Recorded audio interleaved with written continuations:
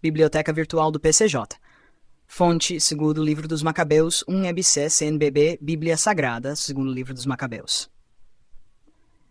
Índice, parte 1, Cartas aos Judeus do Egito, 2/1. Parte 2, Prefácio do Autor, 2/1. Parte 3, A Conversão de Heliodoro, 2/3. Parte 4, Antíoco Epífanes e a Propaganda Helenista, 4. Parte 5, Perseguição Religiosa, Os Mártires. Parte 6, Vitórias de Judas e Morte de Epífanes. Parte 7, Governo de Antíoco, Vodeupator. Parte 8, Alcimo e Nicanor. Início da parte 5 de 8, Perseguição Religiosa, os Mártires. Instalação dos cultos pagãos. Não muito tempo depois, o rei enviou um seu delegado ateniense, com a missão de forçar os judeus a abandonar as leis dos seus antepassados e a não se governar mais pelas leis de Deus. 2. Mandou também profanar o templo de Jerusalém, dedicando-o a Júpiter Olímpico, e o do Monte Garizim, como pediam os habitantes do lugar, dedicando-o a Júpiter Hospitaleiro. Terrível e intolerável para todos esta enxurrada de males, pois o templo ficou repleto da devassidão e das órgias dos pagãos, que aí se divertiam com prostitutas e nos pórticos sagrados mantinham relações com as mulheres, além de levarem para dentro o que não era lícito. 5. O próprio altar estava repleto das oferendas proibidas, reprovadas pelas leis. 6. Não se podia celebrar o sábado, nem guardar as festas tradicionais, nem simplesmente se declarar judeu. Era-se conduzido com amarga violência ao banquete sacrificial que se realizava cada mês, no dia aniversário do rei. E, ao chegarem às festas de Dionísio, era-se obrigado a acompanhar a procissão em honra desse deus, com ramos de hera na cabeça. 8. Além disso, por sugestão dos habitantes de Ptolemaida, foi publicado um decreto para as cidades gregas vizinhas, a fim de que nelas se procedesse da mesma forma contra os judeus, obrigando-os aos sacrifícios. Quanto aos que não aceitassem passar para os costumes gregos, que os matessem. Podia-se prever a calamidade que estava para começar. 10. Assim, 2 mulheres foram denunciadas por terem circuncidado seus filhos.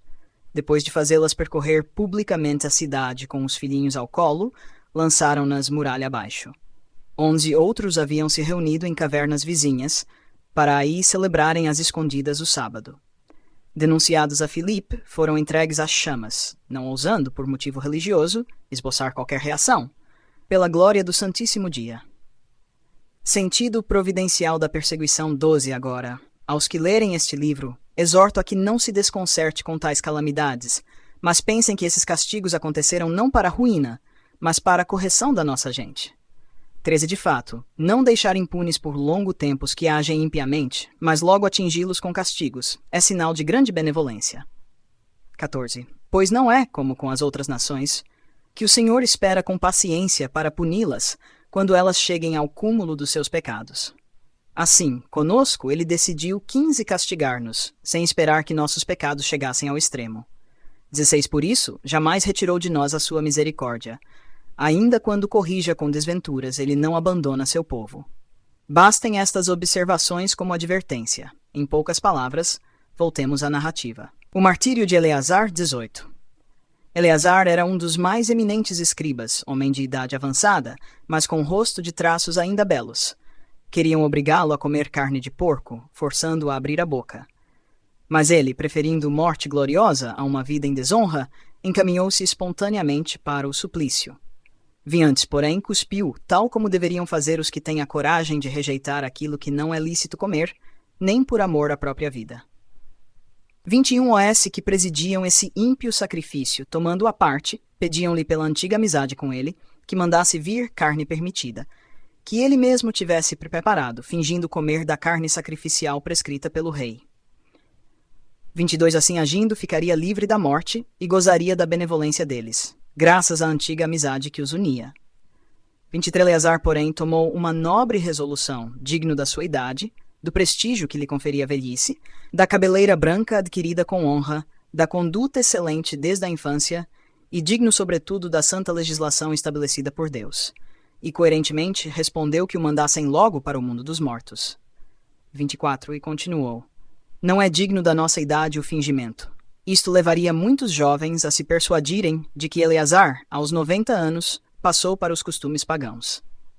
E por causa do meu fingimento, por um pequeno resto de vida, Eles seriam enganados por mim, enquanto de minha parte, eu só ganharia mancha e desprezo para minha velhice.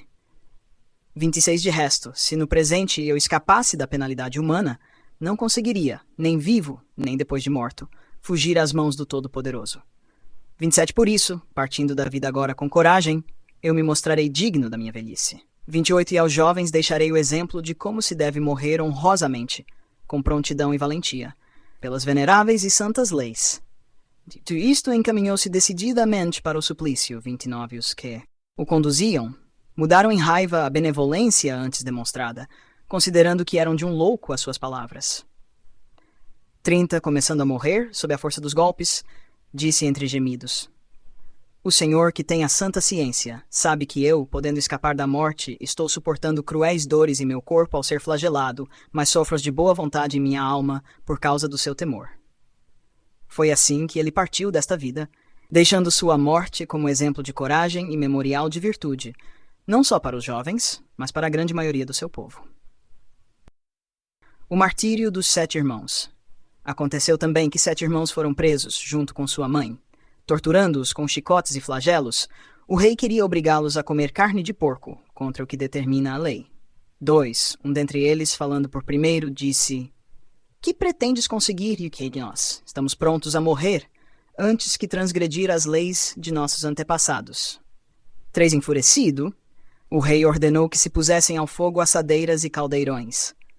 4, logo ficaram incandescentes, ordenou que se cortasse a língua ao que falara primeiro, e lhe arrancassem o couro cabeludo, e lhe decepassem as mãos e os pés, tudo isso à vista dos outros irmãos e de sua mãe. Sim, já mutilado em todos os seus membros, mandou que o levassem ao fogo, e ainda respirando, o torrassem na assadeira.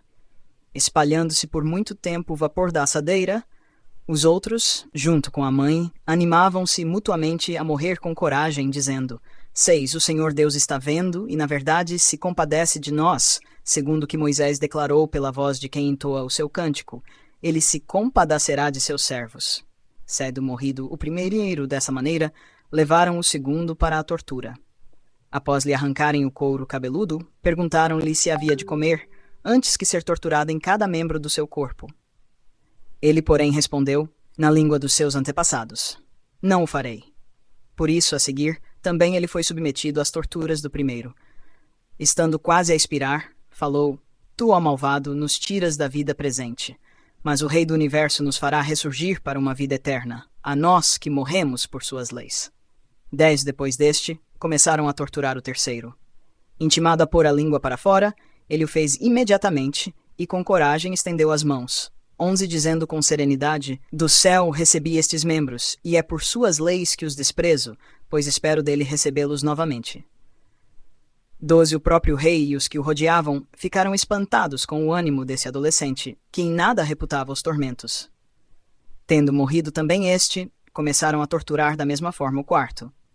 Estando para morrer, ele falou: É melhor para nós, entregues à morte pelos homens, esperar da parte de Deus que seremos ressuscitados por ele. Para ti, porém, ó rei, não haverá ressurreição para a vida. 15 a seguir, trouxeram à frente o quinto e passaram a torturá-lo. 16, porém, fixando os olhos no rei, disse: Tu fazes o que bem queres, embora sejas um simples mortal, porque tens poder entre os homens. Não penses, porém, que o nosso povo foi abandonado por Deus. 17, espera um pouco, e verás a majestade do seu poder, como há de atormentar-te, a ti e a tua descendência. Depois trouxeram o sexto, o qual também, antes de morrer, falou: Não te iludas em vão. Nós sofremos isto por nossa própria culpa, porque pecamos contra o nosso Deus. É por isso que nos acontecem estas coisas espantosas.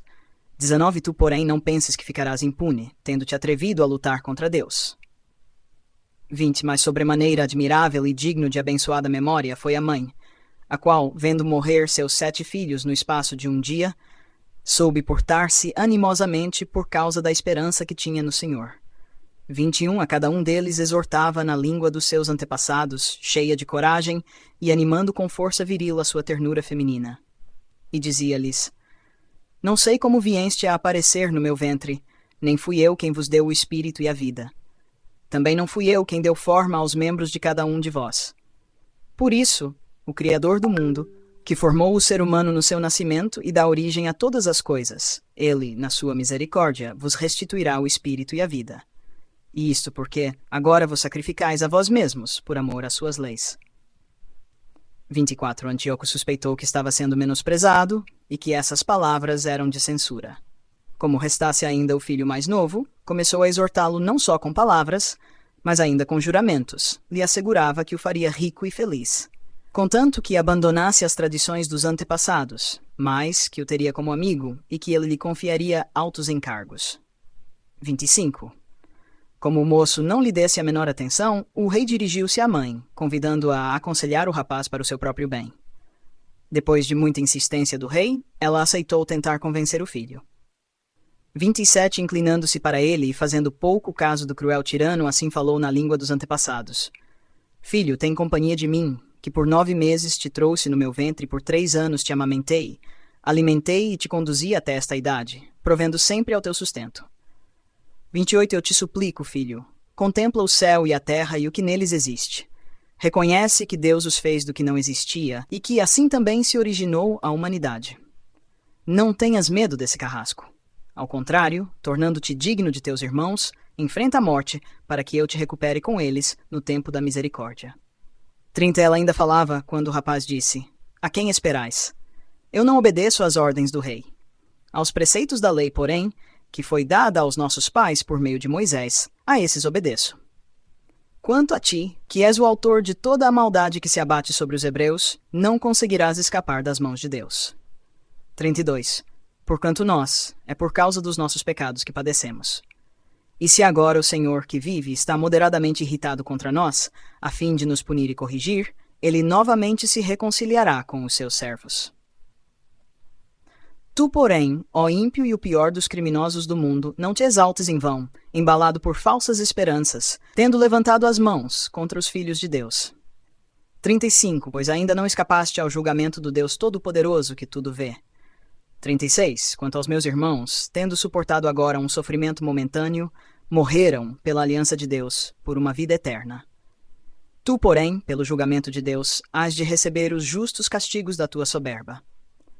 37. De minha parte, como meus irmãos, entrego-os o corpo e a vida pelas leis de nossos antepassados, suplicando a Deus que se mostre logo misericordioso para com a nossa nação, e que, mediante tormentos e flagelos, te obrigue a reconhecer que só Ele é Deus. Tenho a certeza de que, em mim e nos meus irmãos, deteve-se a ira do Todo-Poderoso, que se abateu com justiça por sobre todo o nosso povo. Enfurecido, o rei tratou a este com crueldade ainda mais feroz do que aos outros, não suportando ver-se de tal modo escarnecido. Assim também este morreu, sem mancha, confiando totalmente no Senhor. 41. Por último, depois dos filhos, foi morta a mãe. 42. Quanto aos banquetes de sacrifício, porém, e às crueldades sem medida, baste o que foi dito. Fim da parte 5 de 8.